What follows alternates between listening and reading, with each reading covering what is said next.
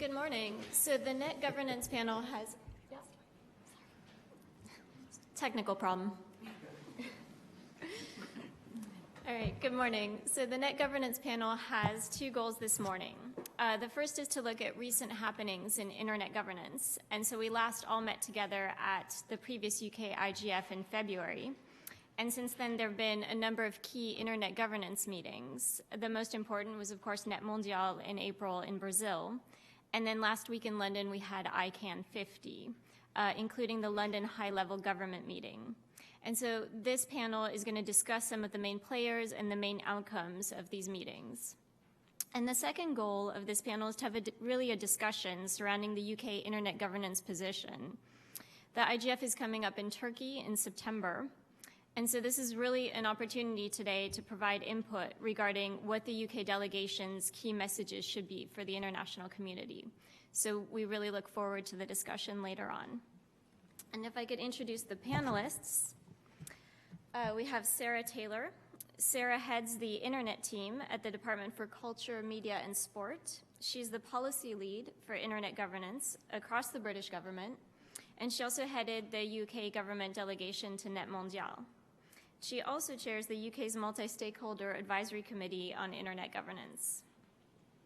And then we have Olivier Crépin-Leblond.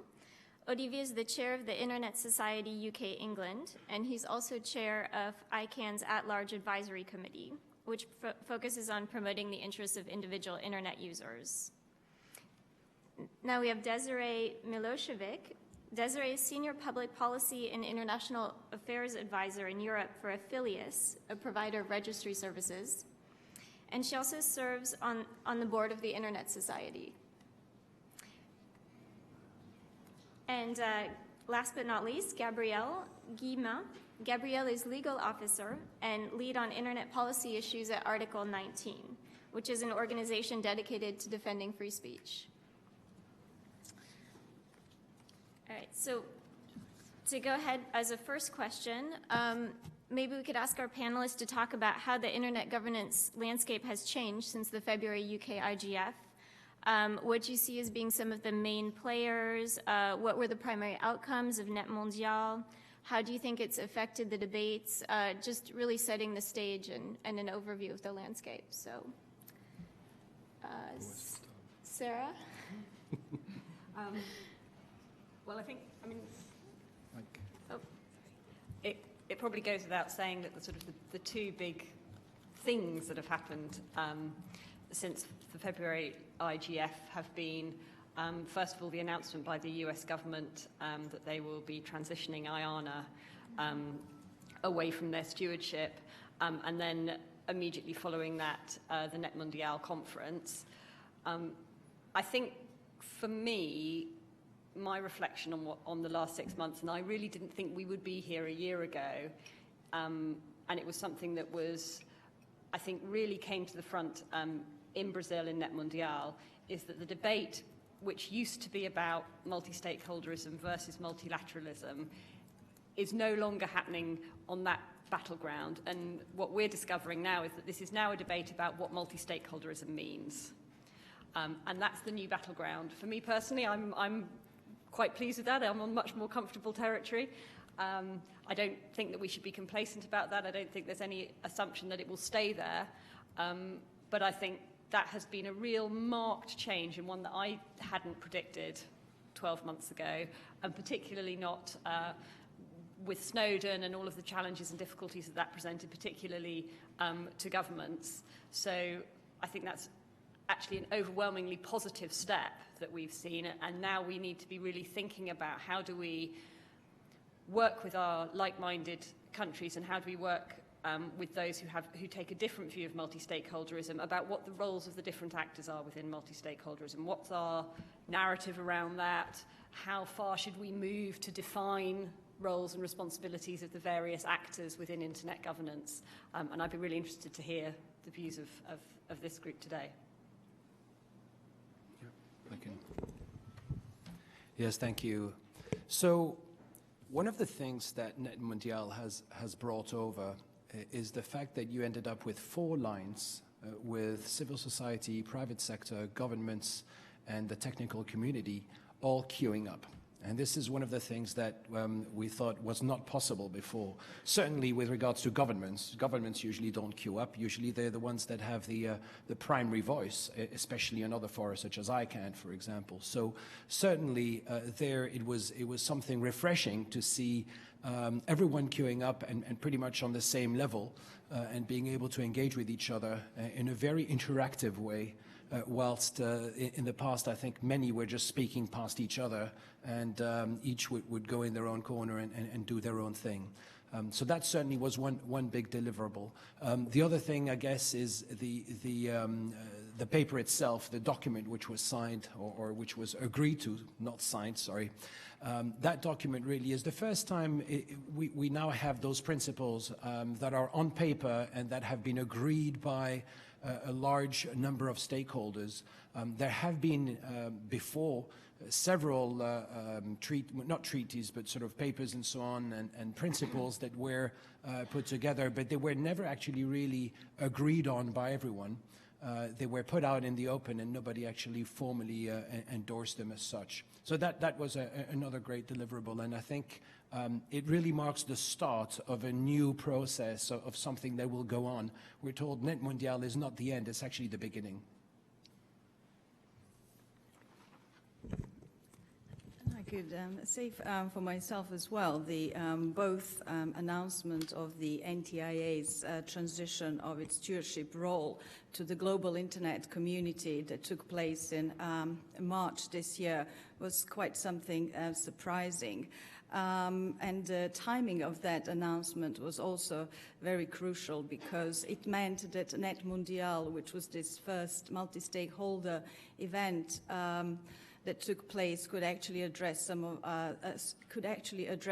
the issues that usually would otherwise take a few months to just absorb of what's going on in the internet governance landscape. So the 2014 has started with a big bang, I think, making all of us that work in multi-stakeholder fora and in the internet ecosystem quite busy trying to figure out what can be done in 2014 and could we actually fulfill one of the biggest expectation I think the global internet community has, that is to strike more balance among the stakeholders. And as Olivier has also said, Net Mondial is a document, is a non-binding document, but it has a global support of many governments, of the industry, of civil society, and the internet technical community. And it has some really good principles that we should promote locally, not just internationally on the international level. So there's a lot to take away from that, and there's a lot to work in, because most issues are actually national in scope, but we do have to work on the international fora as well. So that, I think, for me is just a starting point, just the IANA transition and Net Mondial, which leads us to strengthening of the IGF, not just the national IGFs, as this is the second UK IGF, and I think we also show that we are providing support by having two in a year, but also the need to strengthen the global IGF and the message that multi-stakeholderism has and carries, at least to this small circle of people that participate in the processes.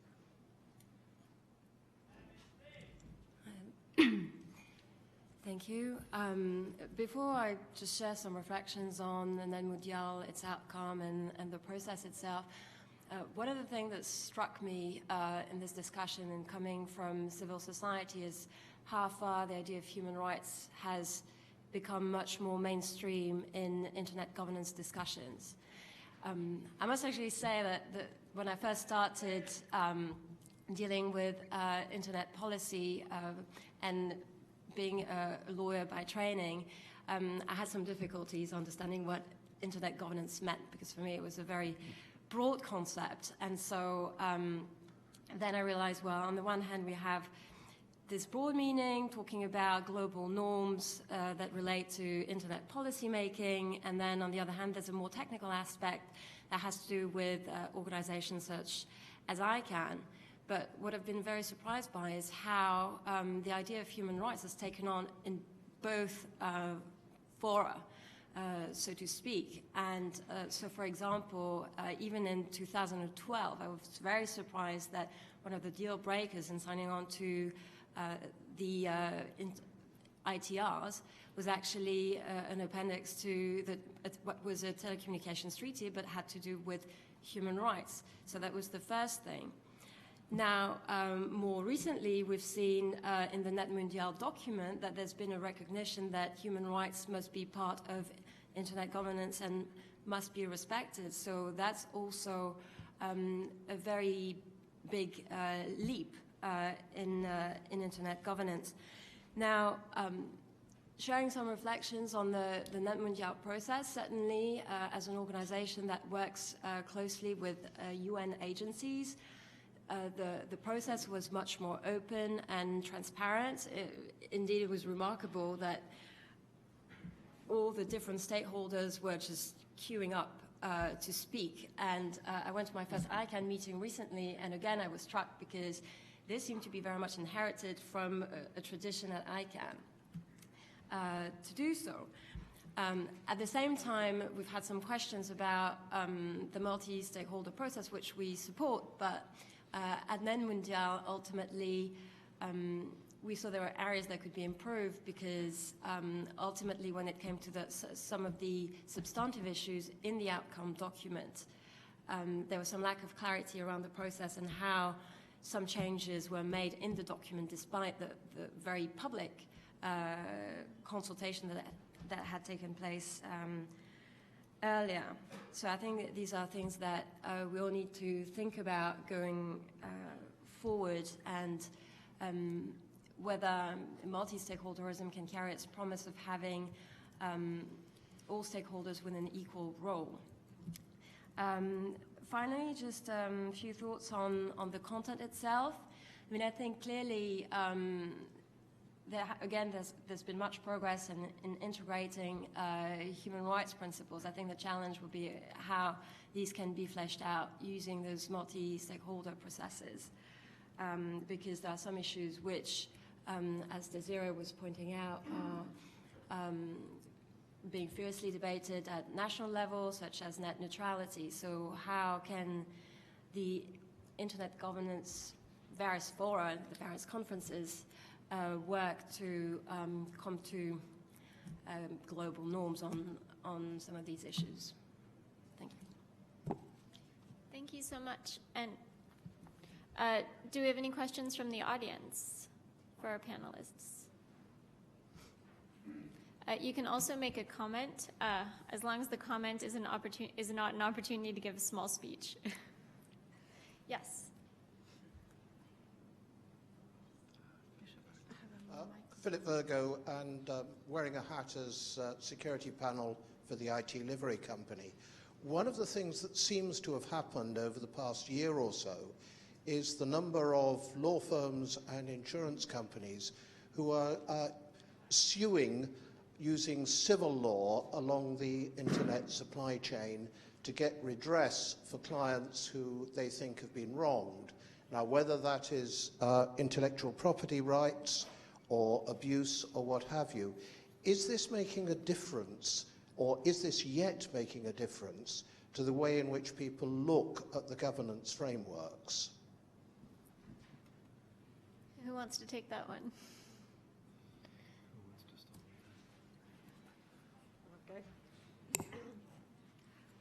Hi. I don't think that, well, certainly in sort of the engagements that I'm having, we're seeing a direct impact of that issue, but I think that is part of a bigger issue, which I was actually going to pick up sort of later in the panel, but I can jump to now, is I think we are going to see, as we sort of move from a discussion about the role of the actors in internet governance, we are going to be moving towards, I think, a discussion about the role of the big corporate players in this space and the power and dominance that they have and the influence that they're able to exert, and both on individuals and on the system. And I think that we are not going to escape those issues bleeding into internet governance, and particularly around data, use of data, publication of data. I think we are going to see those issues having a greater and greater impact on the decisions that we make, because they're going to have, by necessity, a greater and greater impact on the decisions that governments have to make about their legislation, how they protect rights online and how they protect their citizens. So I think you're right that these are, while at the moment I think it's relatively low level and it tends to be sort of reserved for just a bit of Google bashing and a bit of Facebook bashing, but actually I think we are going to see the focus of the discussions, and we're beginning to see it. We saw some of it at the high-level group that our minister chaired at ICANN last week, that actually the dominance of the big actors and recognising that they are very powerful in the system, and how we as a community respond to that power and engage with it positively where we can, because, you know, these guys are doing amazing things and giving huge sort of access and freedom and opportunities to people, but recognising that there is a downside, and how do we manage that? And do we manage that through governance, internet governance, or do we manage that through much more traditional systems like competition law, for example? So I think these are going to be very interesting issues that we're going to see coming up over the next year or so. Yes. Suter from ICT Development Associates and the LSE. Just observing the international meetings as I do here, I kind of see a rhetorical distinction between what I might call net mondial transformationalists and net mondial denialists. And within that, the disappointing thing is that actually I think there's insufficient exploration of why the net mondial meeting was able to do something that brought together a multi-stakeholder, multilateral approaches into something that was achievable. So I think there's danger of it becoming a rhetorical argument rather than having an analytical approach to that. In which context I'd raise 2 points, maybe you'd comment on. One is the meaning of consensus, which Net Mondial was adopting a different meaning of consensus from the UN system, and that's at the heart of that argument I see in other meetings. And the other is inclusion. So I'm often critical of the IGF for the fact that it includes only those who agree with the IGF. Is there a risk of moving towards a more general discourse that excludes those who are not believers? Who wants to take that? I could try. Desiree? Do you want to go first? Okay. Who's going to shoot first?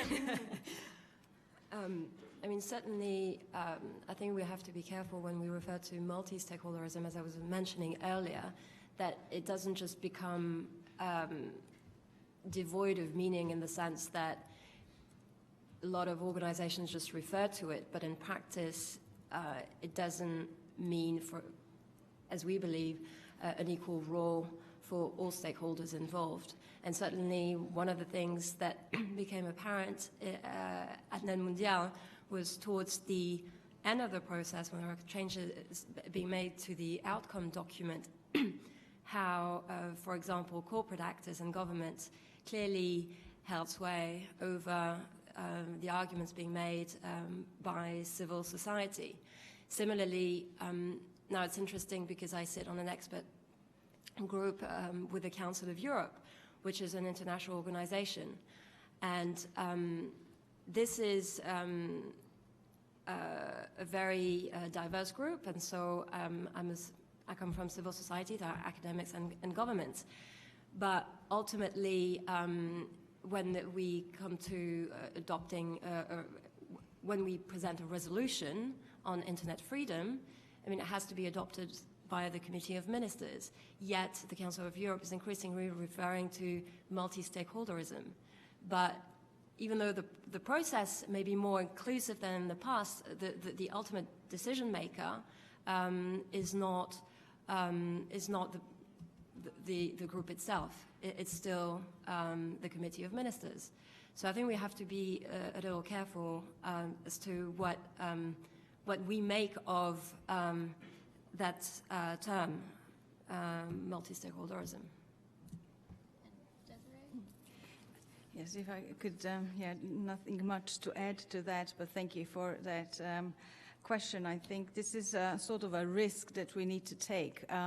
Multi-stakeholderism has become more of a religion than real understanding of what it means. That it involves all the stakeholders at all stages in the decision-making processes, and that is something that civil society and the technical community, as you know, feels very strongly that in some processes, people that have relevant expertise should be consulted more than it is usually the case in other processes that do not involve all the multi-stakeholders. But more or less about this risk that we need to take, I do believe that IGF, the global IGF, is also an open platform. And whilst NetMundial has posed a risk of some of the governments not signing up for it, like Russia and India, and making statements, I think it's very good for the society to see this the dynamics of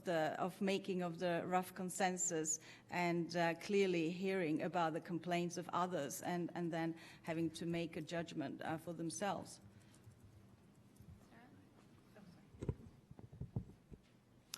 So I wanted to address two things. First, on the local law issues that Philip Virgo mentioned.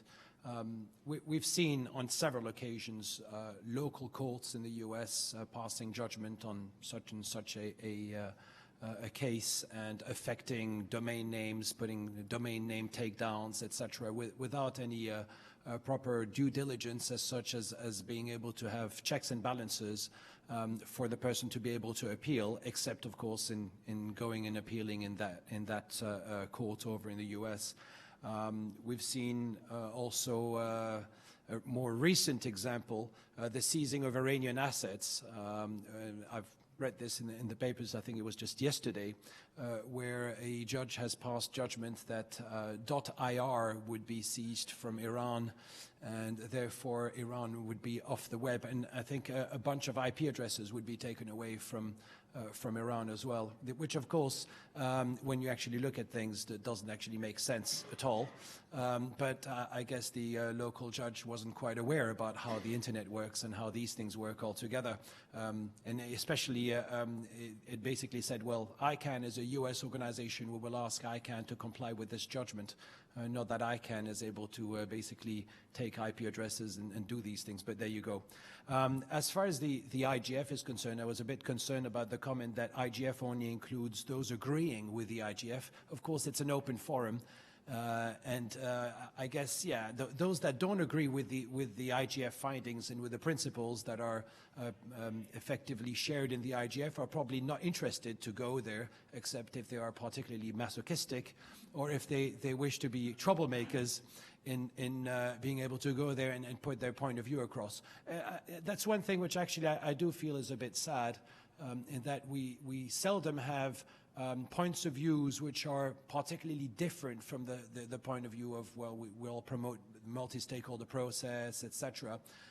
And in a way, often it does feel like preaching to the converted more than an actual full dialogue. Now, if one is able to actually go out there and reach out, and perhaps this could be one of the follow-ups to NetMundial, reach out to those that are not looking at the internet in the same way, then certainly the IGF would be a very, very good forum to continue the discussion.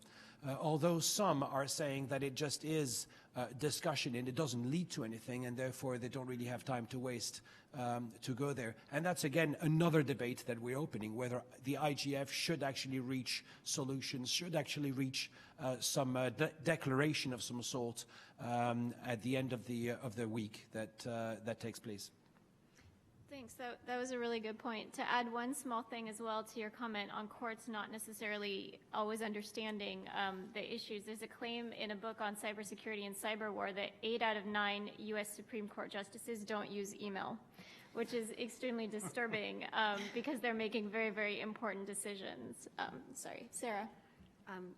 So I think just to sort of build on what Olivier was saying, I think that it's a real challenge to the IGF that they need to be reaching out to engage with more disparate voices. We are I as government and others are in international fora promoting the IGF as the place where people can bring their concerns, can have the discussions that they want to have, and can get best practice and the learnings that they need to take back to make the decisions they need to make. That's not going to wash with G77 countries, with China, if they don't feel that it's a forum where they can have an open discussion about their views and their needs. And there's a real challenge, I think, to the IGF that they need to make sure that they are encouraging that level of debate. As a government, I spend most of my time in multilateral discussions, and I'm not used to being in a room with people who agree with me. I'm used to being in a room with Russia.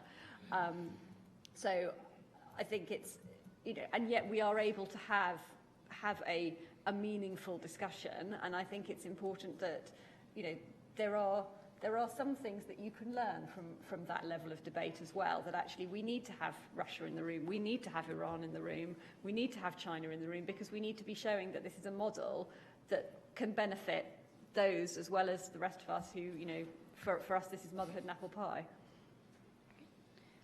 Yes. Okay. Hi, Chris Marsden from the University of Sussex. I don't want to have a discussion about prosumer law. It's maybe something for a separate panel, but I'm interested in that the government's starting to become interested in using things other than the blunt tool of competition policy. But I really want to ask a question about this September's IGF, which many people think is going to be a colossal waste of time. Sandwiched between Net Mundial, ICANN meetings where real discussions are happening about real things. I can feel in the room there's a certain amount of sort of ICANN fallout from last week, and that's maybe inevitable. But I just wonder, in the absence, I'm interested in what Olivier said about some kind of final declaration, although I suspect that governments would make it absolutely impossible to have any kind of non-bland declaration. But I'm just interested in why people would, particularly this year of all years, choose to give up their time and resources, particularly if they're from civil society, to actually go to Istanbul, other than for the joy of getting their mobile phone kind of tapped in Taksim Square. I'm not quite sure why this particular year's discussion is actually of any great relevance, given that it won't change the way IGF works. The proposals are for next year.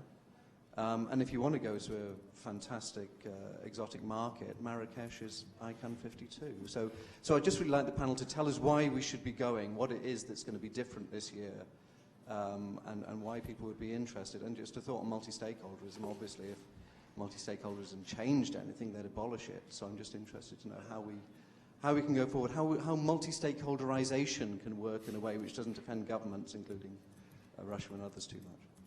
Okay. Who wants to take that? I'll start, maybe. So thank you, Chris, for this question. If I can persuade you to go to this global IGF, I think you have something to do with it, because you're an author of a book on net neutrality. And if you recall, net neutrality was one of the topics where there was no agreement reached in Sao Paulo at Net Mundial. And there is a bucket of issues where the agreement could not be changed, with an idea that all these issues should actually be forwarded and discussed further at the IGF. And certainly there is also a new coalition on best practices that is being launched during the IGF in Turkey, which is something I think that's been missing. I think people are talking about best practices, but this year the IGF is taking an additional really challenge to really address that topic. And there has been a lot of fundraising going on as well to sustain the IGF, annual IGF, which is also another important part of its success in order to bring all these different multi-stakeholders to participate. It's not just the concerns of infrastructure and capacity building, but I think these are all other topics that will show that IGF is a platform where everyone could come and discuss their point of view. So the more we have disagreement, and there is a really good panel, if I could use this opportunity to promote it, on enhanced cooperation with Iran and with Saudi, and I think it would be very interesting. You can follow it, of course, remotely. You don't need to go there in person if you can't. Okay, so I think I should respond because there was a question about why civil society, which has limited resources, would go to the IGF. I mean, clearly there are a lot of international conferences where internet issues are being discussed, so it's hard to keep up. But certainly, of all of them, the IGF is the one that feels the most like it's an open platform where all the stakeholders are on a par. It may be that it's because there's no, up until now, there hasn't been a particular drive to achieve consensus on an outcome document. At the same time, it's very important to have that platform. I mean, very recently, I had a meeting with the UN Special Rapporteur as well as other NGOs, and it was the UN Special Rapporteur on freedom of expression. And actually, he made the point that one of the reasons he wrote his landmark report, which has been quoted extensively in several places, one of the reasons why he wrote this report about freedom of expression on the internet was because when he went to the IGF at the time, he felt that human rights issues were not discussed enough. So I think it shows that just by going there, it's already good to have that discussion to develop those principles around human rights, for instance. That also looking at, for example, multi-stakeholder processes like ICANN, the issues they look at are actually very narrow, whereas the IGF is an opportunity to discuss a much broader range of issues. Finally, there's the issue of where the IGF takes place.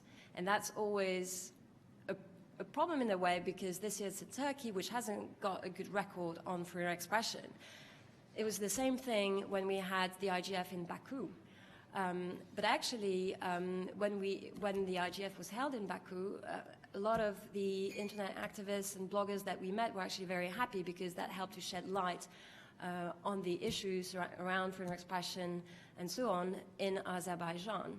So it was actually important for them to do that. But it's true that it's always a challenge, and when some places they might want to attract the IGF so that they can get more international attention, there's always discussions about, okay, so are we going to support it and go to the IGF, or are we actually going to boycott it because the situation is just so bad in that particular country? Really, we shouldn't have the IGF there.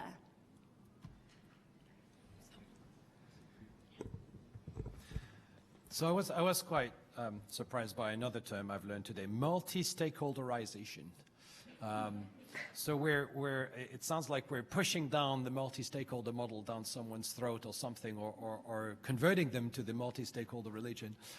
But that aside, the IGF in itself is important because of the fact that it brings a lot of people from around the world, and some of them just meeting that only one time in a year with other civil society organizations, with other stakeholders, etc. If we look at Net Mondial, it was restricted to 800 people. Not everyone was able to go there. Not everyone was able to attend in person. And although the remote hubs and the whole system of remote hubs worked pretty well, as you know, a lot of the discussions that take place also take place in corridors and around drinks in the evening, and certainly as far as bilateral discussions are concerned, it's always better to meet face-to-face. So the IGF does provide a yearly forum for people to meet face-to-face and to catch up with what's going on.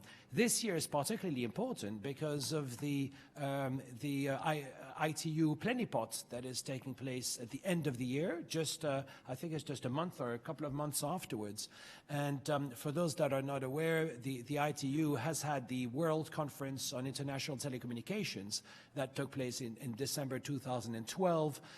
There were some discussions as to whether internet issues should be included and should be the remit of the ITU, and this is still a topic that is around. In fact, some of the follow-up work of the ITU has actually paved the way for the ITU to look at issues such as spam, such as what one calls some call network security, others call network robustness. These are serious issues, and the concern is that these issues would be dealt with in a purely multilateral fashion, and that, of course, not to say just between governments.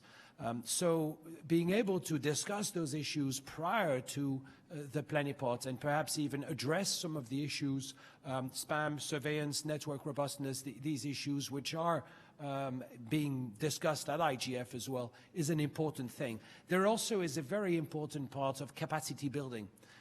Many of the people that go to IGF go there to learn about the topics that are being discussed. And certainly when visiting a country, you also have locals. But I'm saying on a wider scale, looking at, for example, many of the African countries and the developing world countries in Asia as well, they look there to find answers to some of their local problems. And this is usually where you do get the right technical people, the right lawyers, the right civil society advocates to be able to provide answers. And it's all under one roof. That's the big thing. Now, I do understand the fact that, well, a week takes place and we discuss all sorts of things and nothing comes out of it. And so it might seem to be a crazy waste of time. And I think that the IGF are going to address that. The participants will address this. It really is down to the moderators of each one of the fora that takes place there. And I expect that there will be messages from IGF that will be drafted. I know that there are some members of the MAG in the room, so perhaps they might wish to speak out. But I personally hope that such messages will be out there so that we would have perhaps not a declaration as such, but we would certainly have output that we could all take back to our own countries, our own organizations, and build on in the future years as well.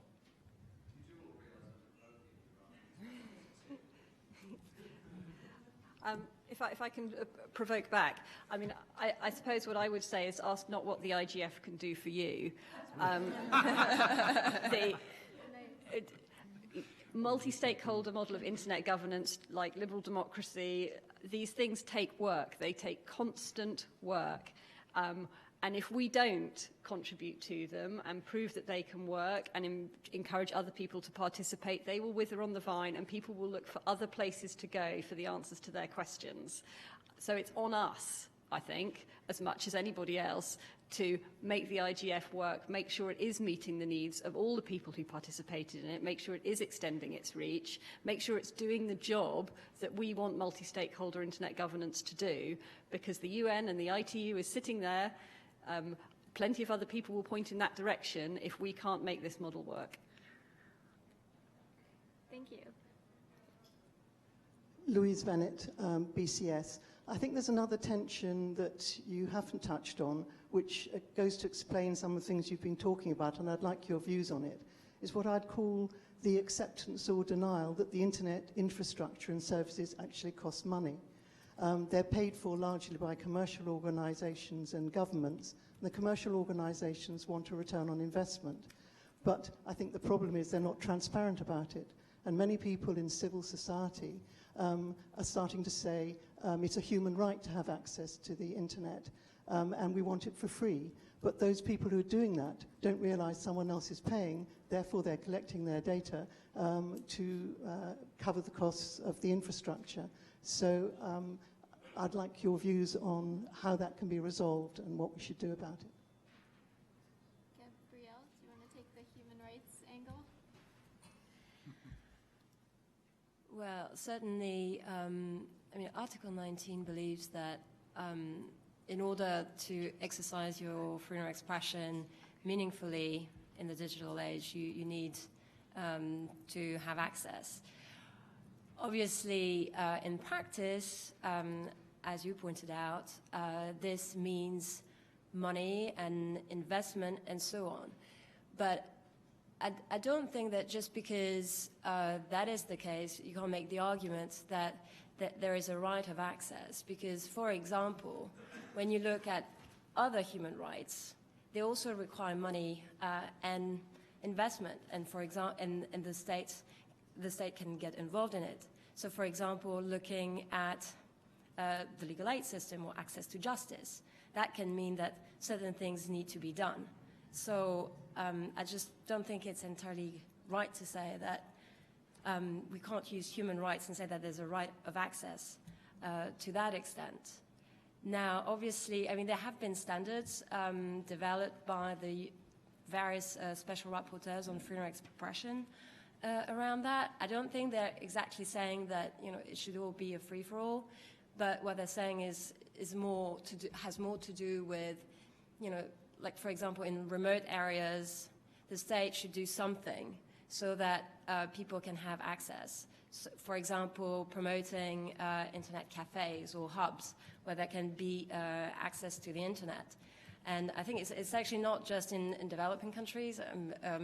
I think it applies across the board. Just going to the Cotswolds this weekend, coverage was actually fairly limited in several areas. So I think the idea is not broad, like free access for everyone, but it's to do with there must be some minimum access in promoting, you know, in remote areas for vulnerable groups, having those centers, for instance, and looking at the ways in which these can be financed through tax measures and the like.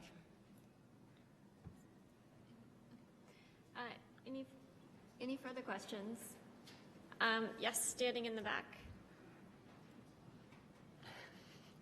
Yes, in the back. Good morning. My name is Alejandro Pisanti. I'm from the Internet Society and the National University of Mexico. Thank you for allowing me to ask questions in the UK IGF, if I'm allowed. Quick question to the panel. Could you tell about moments you see or foresee where you'll say, be careful with what you ask for? With the things you have spoken about. Could you repeat the question, please? Sorry. Could you refer to moments related to what you have spoken about Net Mundial, IGF, these processes, where you begin to foresee people may regret getting what they asked for?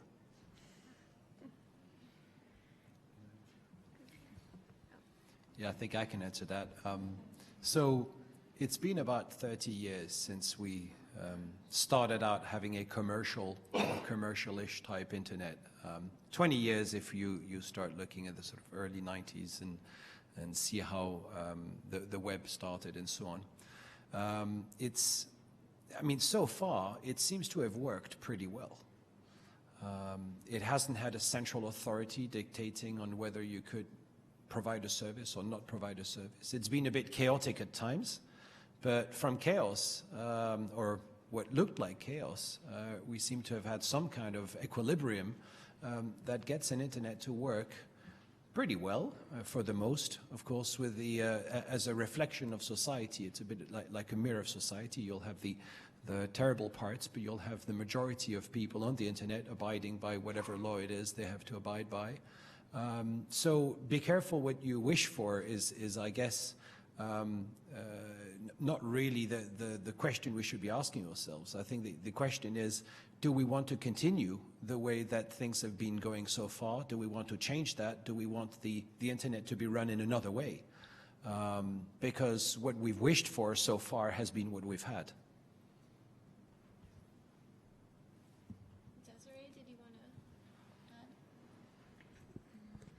I think I could add that we need to be careful how we describe the multi-stakeholderism, because and when we all say that countries agree, and we have been hearing a lot last week about everyone agreeing to it, we really need to be a little bit more careful in finding out what that means, because the current Article 35 of the Tunis Agenda says that the national states are in charge when it comes to the international public policy making to the internet, and that the private sector, I would say, only has the role of running the internet on a day-to-day basis, although we've witnessed a lot of self-regulation, a lot of voluntary practices throughout these couple of decades that Olivier referred to.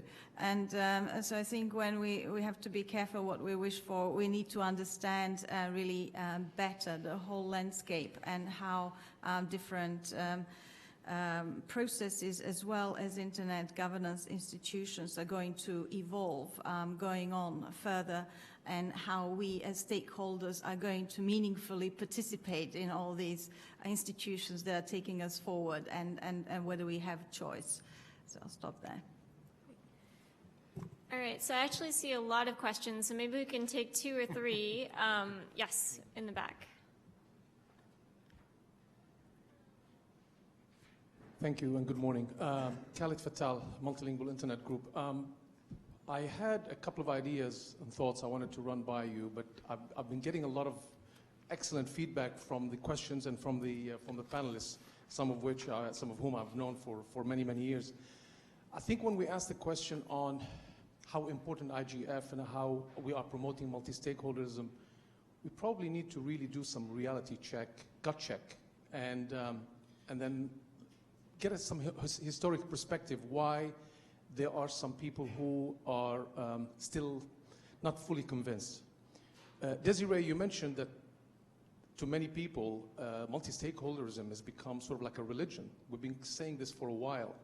Now, if it is a religion, then it behooves us to try and bring non-parishioners into that religion, into that church, to turn them into believers. You covered your eyes, Desiree. I'll give you the chance to answer that. Primarily, the historic perspective on why there is so much naysaying is, for many of us who've actually participated in the WSIS from 2001, 2005, would recall how it concluded and what the main theme was: control of the internet, and then status quo prevailed. And the compromise was the birth of WGIG and then IGF. And everybody knows, it's no secret, IGF was created as a place for people to vent their sort of like their beliefs or opinions or their feelings, but without any conclusions. And now, 7 years on, we're asking, how do we make it relevant? Factor in something else. Factor in the Snowden revelations, that actually dealt what I called a cancer scare to trust in multi-stakeholderism, and as a result of which was Net Mondial.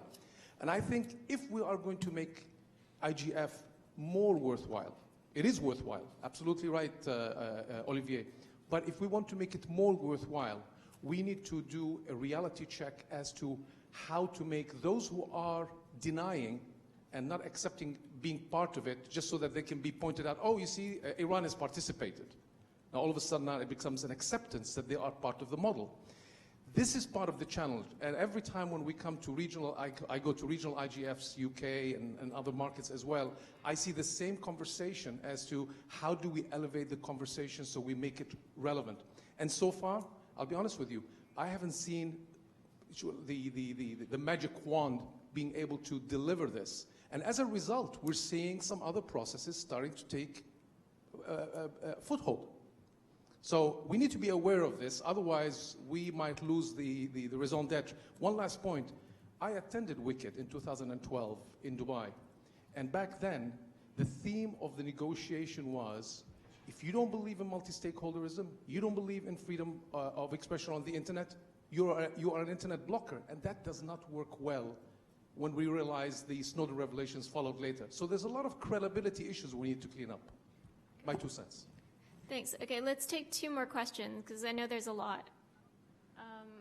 Yes. My name is Mwando Kivuva from Internet Society Kenya. I wanted to know if you have any success stories on implementing the key outcomes of the other IGFs that you have had here in UK. I'm sure this is not the first IGF. When the different multi-stakeholders talk in these forums, have you ever implemented anything out of it, or do you just come and have sessions and go home and back to your lives? Thank you. Great. And anyone else? Yes. Philip Virgo again. A question on the definitions of the multi-stakeholders, because we had 4 communities broadly described. Where do, for example, the global insurance companies who are now offering cybersecurity insurance both internationally and via their local subsidiaries around the world, and the big accounting practices who are backing these up with what I will euphemistically call asset recovery operations, where do they fit in your stakeholder model? Great. Thanks. Sarah, do you want to start? I'll start just by saying something about the implementation point, which is a good challenge to us. From the UK government's point of view, I think I can honestly say hand on heart that we do adjust and develop our policy positions based on the conversations that we have in these fora, that we have through the multi-stakeholder advisory group that I chair. There are a number of people here who I know who are on the group, including several of my panel members. And we use those conversations to develop the positions that the UK government is going to go into negotiations. So for Net Mundial, for example, we sat down and we had 2 or 3 hours with our multi-stakeholder group going through every single one of the principles that we thought might come up based on the previous Brazilian principles, and taking views from everybody in the room on what the UK position ought to be in relation to those principles. I don't think that I could have gone into that meeting and those discussions with the kind of confidence that I was able to do if I hadn't had that input, and it genuinely did determine the lines that we took in relation to particular issues. So certainly from a government point of view, we use these fora very extensively to inform our negotiating positions internationally. Yeah, thank you. I should say, actually, I wish more governments did this. Unfortunately, many governments actually do not relate to their stakeholders, and unfortunately, their positions seem to be somehow out of line with businesses, with end users, with the technical community, sometimes ill-informed as well. And really, the putting together of this multi-stakeholder advisory group on internet governance, which the UK has done, has, I think, really elevated the level of debate and certainly the contributions of the UK on the international governance, internet governance scene. Primarily because the information is correct, and other countries look at the UK, and I'm not trying to be nice in any particular, but other countries look at the UK as a leader in these issues due to the actual facts, fact-based input that the UK has. And of course, every government department is usually cash-strapped, so one is looking at 2-3 people dealing with those huge number of issues, and having a full team, a multi-stakeholder team behind you is probably quite helpful. Because you're able to treat more subjects, more topics than anyone else in the room. So that's been one positive thing. With regards to the cybersecurity and asset recovery operations, there have always been a lot of private organizations, or I guess surfing on the fear of companies and so on, in order to be able to launch their business and to actually get their business to flourish. I guess they on a wider scale, there is a lot of malware out there. It's undeniable, and it's a worldwide threat. And the CERTs, the Central Emergency Response Team, which one has, which really don't take much of the forefront, but they sort of work in the background with honeypots and whatever you call them, computers that are located on the internet to find new threats. Those are working hand in hand with. That's not what I'm referring to. Practices of, for example, now, the world's largest insurance company, Marsh McClelland, Willis, the rest of it, KPMG, the global law firms.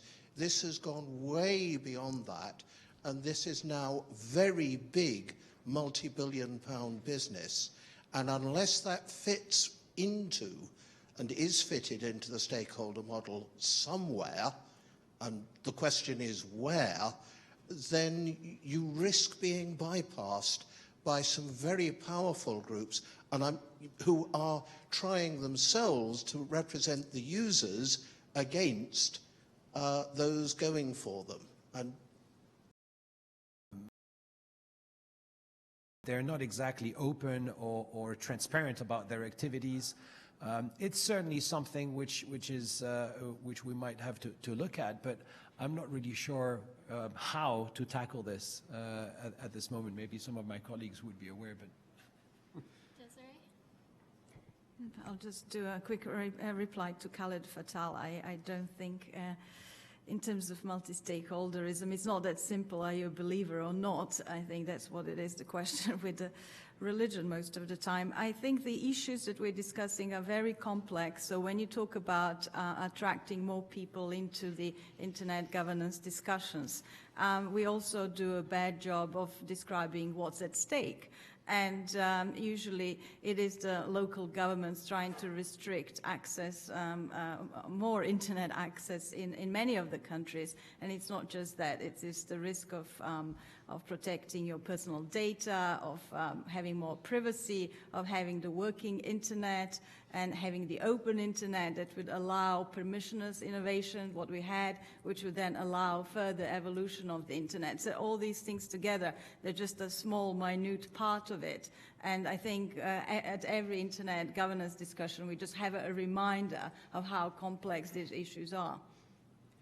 I think also I would add, sorry, that we need to be smarter. We need to be careful about this sort of multi-stakeholder narrative that we have, that we're not slipping into a trap of saying, well, we're a liberal democracy, so we feel relatively comfortable with this.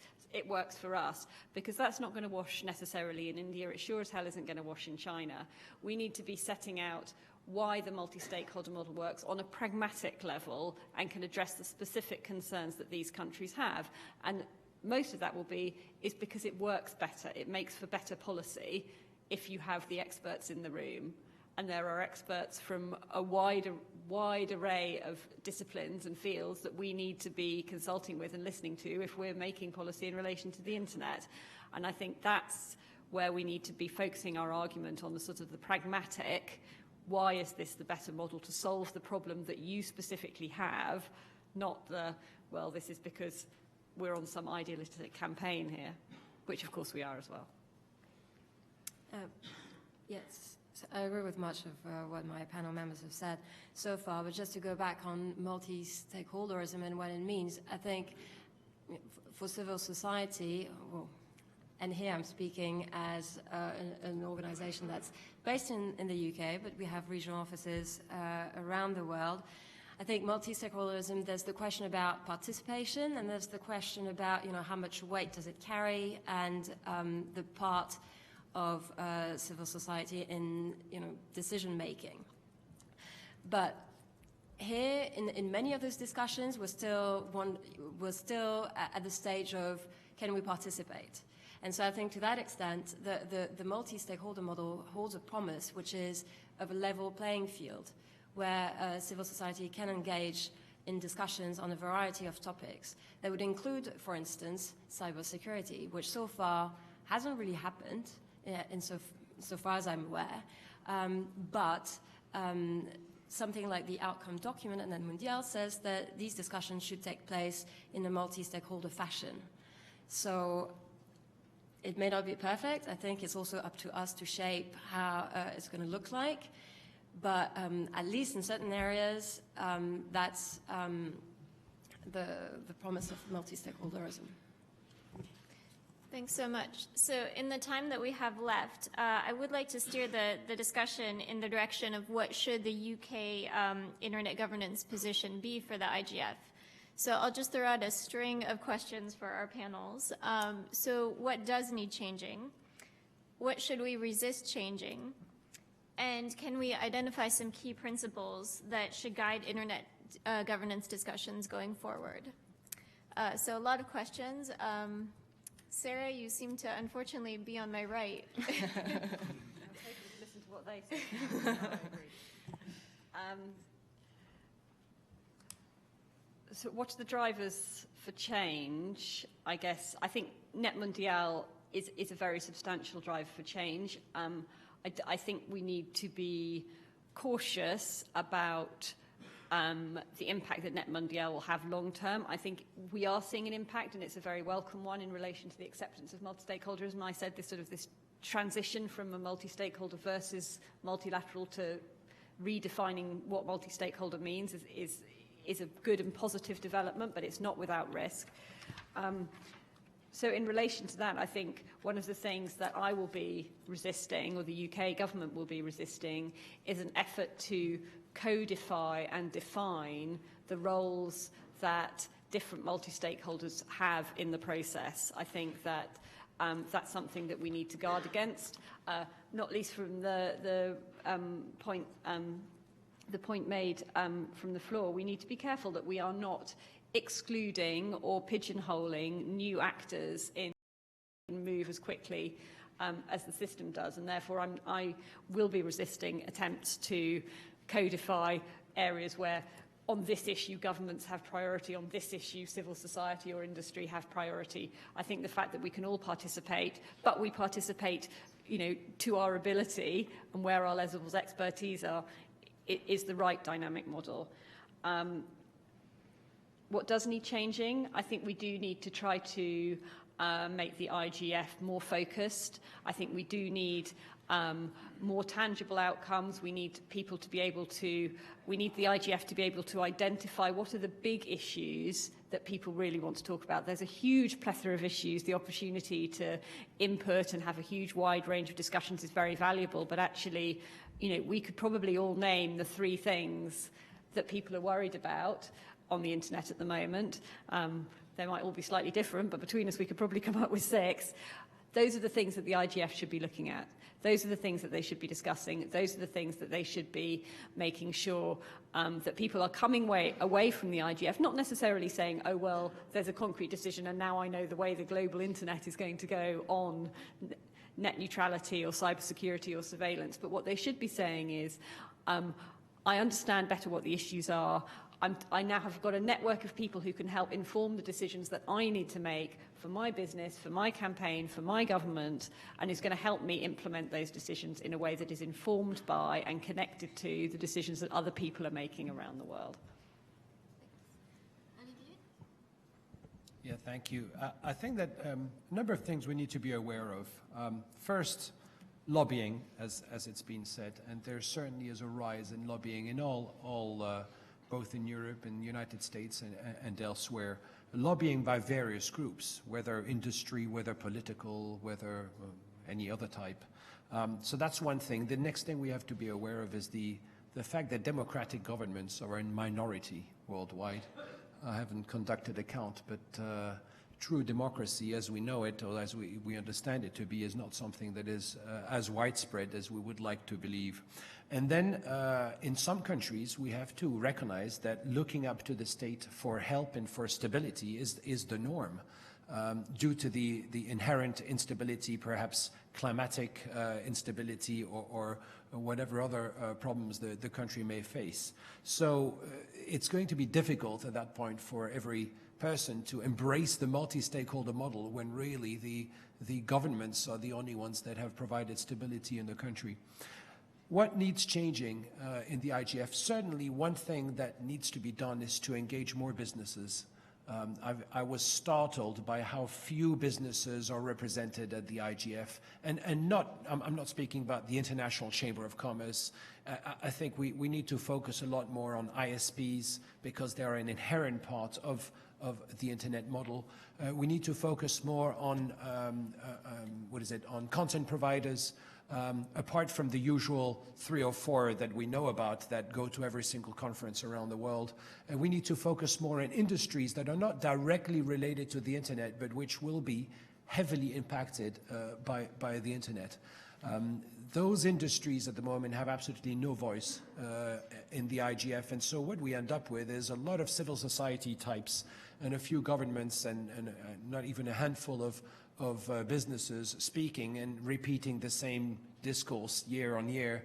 And so we're not really moving forward to actually really deal with specific issues and tackle them and find solutions that will then enable businesses to do better.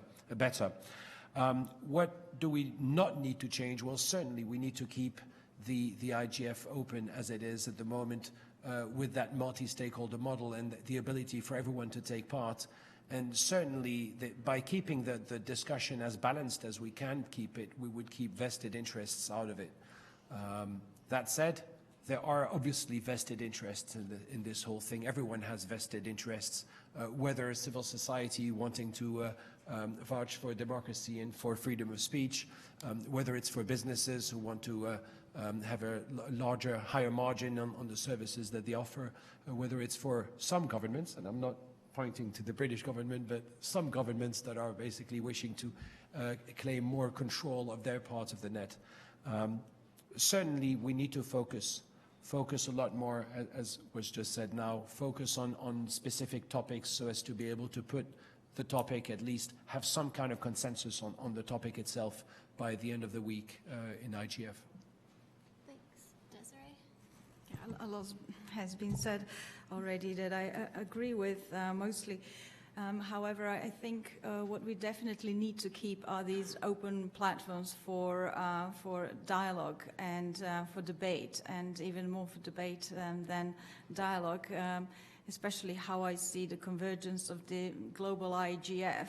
Mostly stakeholders come up and they stick to their point of view, and there isn't much of a change happening at the end of the day. And I think we need to actually learn to a little bit shift that at the very workshop, try to kind of have an innovative way of how the IGF is also organized in order to produce some of the outcomes that a lot of communities and a lot of stakeholders are calling for. I'm not saying it's going to be easy, but keeping the open platform and also changing the nature of an IGF, not to a point where there's ever going to be a vote, but really to a point where there are going to be concrete outcomes that some of the stakeholders can take back home in terms of capacity building. And overall, the understanding of the internet governance space. What is a country that has that could serve as an example of a good internet governance custodian, that has a really well-developed CCTLD, that has a very well-developed civil society and maybe an internet society chapter working there, that has a really good internet exchange point to allow the traffic to flow in more economical ways, to have an open platform like this to discuss other legislative issues. But overall, I think what really needs changing, and I hope that the IGF in Turkey would be able to address that, is this paradigm shift that took place last year, where we need to rebuild the trust among stakeholders. I think on a not just on a national and local level, but really on an international level, we need to really show that we are taking serious steps in hardening the internet and making the surveillance much more difficult, in protecting privacy of the internet users, and that a lot of stakeholders are taking it as a serious step to bring more balance among stakeholders. I also agree with much of what's been said by my colleagues on the panel. I think for me, the first thing we would like to see is mainstreaming the multi-stakeholder model in other areas. So, for example, earlier in June, there was a big conference on intellectual property law enforcement, but I didn't see a lot of my colleagues that deal with digital rights on the list of speakers, for instance. However, the types of intellectual property enforcement measures are advocated usually have a serious negative impact for freedom of expression or the right to privacy. So for us, it's important that the perspective of civil society groups that know about these issues, that know about human rights, digital rights in general, are able to make those points, so that they're taken into account when all the stakeholders go back home and think about a balanced solution to a particular problem. So that would be the first area. I already gave another example, which is cybersecurity. Another thing we'd like to see maintained is a distributed governance model where there's no one single international organization that is responsible for internet issues. So certainly we would not favor any, the ITU, for instance, being a focal point for internet issues. Finally, looking at the IGF and ideas on how to improve it, I think it's important also, for all stakeholders to promote national and regional IGF so they can feed in to the global one with, already not necessarily answers, but at least if some of these discussions are already taking place at a more microscopic level, at least some principles and solutions can be fleshed out. I'm thinking in particular also of regional IGS, where it's typically a good forum to discuss regional solutions to common problems. So, for instance, cybercrime could be one, or surveillance is one, but at least if those reflections take place nationally and then regionally, then maybe we can come to the IGF and with some ideas about what a solution might look like. So I think it'd be good for all stakeholders to actually actively engage and promote these fora for discussion first, before they get to the IGF. Thanks. As we start to wrap up, do you have any comments on messages for the UK delegation to the IGF?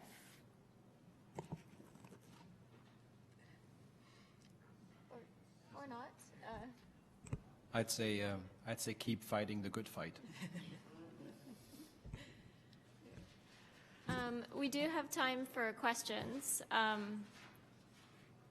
Yes.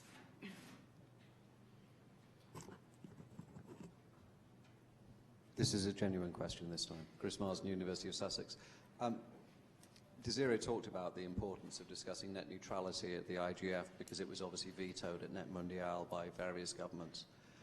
I'm just wondering what the UK IGF position is on net neutrality, given that the Minister, and it's been reaffirmed in Parliament on the 16th of June, is obviously opposed to net neutrality as proposed by the European Parliament.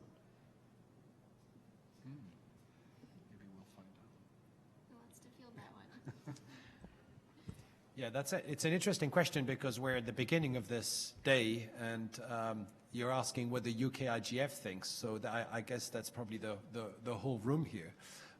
Maybe we should conduct a poll and have an answer by the end of the day. I don't know.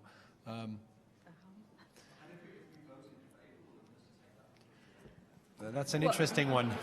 I can clarify the UK government's position, if that's helpful, which is that we are not opposed to net neutrality. We believe in an open internet. What we are concerned about is the kind of regulation that is being discussed in Europe at the moment is overly prescriptive, isn't going to allow businesses to meet their legitimate business needs on both sides.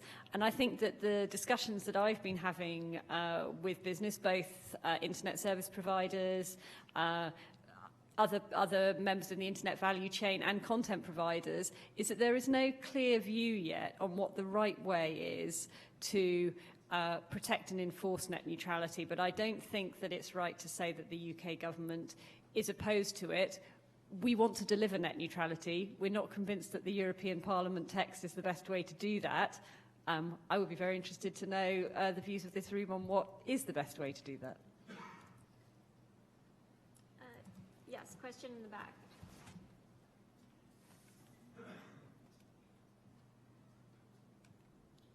It's become a buzzword, hasn't it, net neutrality? What we haven't done is defined exactly what we mean by it. And the trouble is there are so many flavors of it that you might like one and not another. So rather than ask whether we like or dislike net neutrality, can we sit down and look at the bits of it that make up the concept and see which ones really are valued? Privacy is part of net neutrality. The ability of big business to govern parts of the internet is part of net neutrality. The ability for people to commit cybercrime and be hidden is part of net neutrality. So let's sit down and discuss that and then decide if we want net neutrality or not. Much easier that way.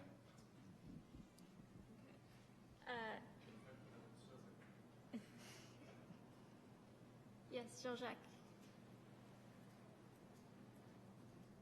Just a point of information that there is a definition of net neutrality in the European Parliament text. For some reason, quite a number of people didn't want to have a definition of net neutrality in the text, but it was passed by Parliament. Now it's a question of whether you agree with that particular definition and whether to encode it in law and to finally protect users or not. Thank you. Further questions? Okay, well, I'll ask one of our panel. Where do you think we're going to be with internet governance in 2015? Where do we want to be? And what are the biggest threats as you see them? So, Sarah, unfortunately. Well, I'm a terrible optimist. I rely on Mark to keep my feet on the ground and make sure I'm being suitably depressive about things. But my view is that I think at the moment, to me, for the first time since I've been working in this field, it feels like we are in a good place. And that is very surprising to me, considering the discussions that have been going on. But I was in a meeting at the Foreign Office yesterday when we were reflecting on, amongst other things, the impact of Snowden. And I was one of the only people from the government in the room to be able to say, actually, I think for my policy area, overall, Snowden probably has had a positive effect, because what it has done, it has brought human rights right front and centre of the conversations about internet governance.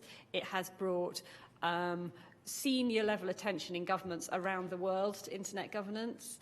And it's meant we've had a level of engagement and debate on these issues in the last year which we haven't seen for a while. And actually the net outcome in relation to those of us who support multi-stakeholderism has been a positive one overall. We wouldn't have had Net Mundial without Snowden.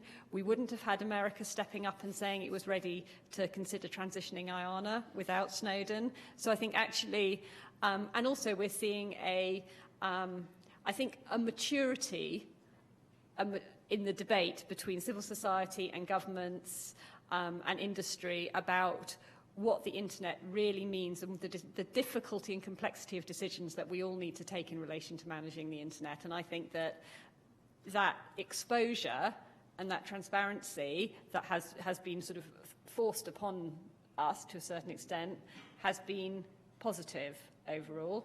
There are still a huge number of difficulties that it will present us with, and a huge number of decisions that we all need to take in relation to how we guide our policies about it. But I think in terms of wider internet governance debate, that surprised me, and I think it has been a positive impact within internet governance. So I think that we're going into 2015 and the really key debates in a relatively good place. We've got Plenipot to get through. I don't think that's going to be easy. There will certainly be a lot of attempts to be pushing these issues into Plenipot. But again, I feel like we've got good unity around like-minded countries. We are, in all of these fora, we are pushing the boundaries of the people who can participate in these conversations. In WSIS Plus 10, we are pushing constantly for the further and further involvement and wider participation of multi-stakeholder models. There is a debate happening in New York. They're asleep. Well, no, they've woken up now. There's a debate happening in New York right now which will set the modalities for the WSIS Plus 10 high-level meeting that will conclude the WSIS Plus 10 considerations. We have been, we've variously throughout the year, that has been a summit in Sochi of intergovernments. We were pushing for the opposite. We're probably going to end up somewhere in the middle, but we will get some multi-stakeholder participation into that process, and once that process kicks off, we will push to extend the boundaries of that more and more to prove that this works. We've just had in Geneva that produced this lovely glossy document that we've shipped over to New York to get them to wave around to demonstrate that actually, having more multi-stakeholders engaged in these processes does lead to positive outcomes, can get agreement, can move the debate forward. So I think I'm optimistic about what 2015 holds for us. The other thing that I would say is, though, don't think this finishes in 2015. I would go back to the point I made earlier. This is something that we just will keep working at. As long as there's an internet, we are going to keep talking about internet governance. We are going to keep facing these issues, and we're going to keep needing the energy and the commitment of people like you in this room to keep making the system work. Thanks. Olivier? I think all that needed to be said has been said. It's important to be engaged. It's important for everyone to be engaged in this, because it really is the future of the internet, and by that, the future of the free world. That's the way I see it. You know, the net is set to absolutely change everything in life, and it already has for many different businesses, but certainly the ones that haven't been touched so far are going to be touched. And if we end up with an internet that is regulated by a few non-democratic countries that will use all they can to be able to put some kind of a control over the net, we will end up in a worse place than we are today. So ultimately, supporting the multi-stakeholder model, and certainly supporting what Sarah's doing and what everyone here is doing, or many of the people here are doing, is a way forward. Great. Do you have two last words? I see the ministers here, but we have about 30 seconds. Last words. 2 seconds. I think we'll still have internet governance complex issues in 2015, if that was the question. And Yes. we will hopefully by then transition the IANA function to the global internet community. And hopefully that would not call for that same subject to be repeated in WSIS 10+. Great. And finally, I agree with, Last again, remarks. much of what's been said, but I just would like to highlight how important it is to continue pushing for a better understanding in internet governance of human rights, and seeing that happening in the various fora and international organizations where these discussions take place. Great. Well, thank you so much for our panel, for just some great answers and some great questions. So thank you very much.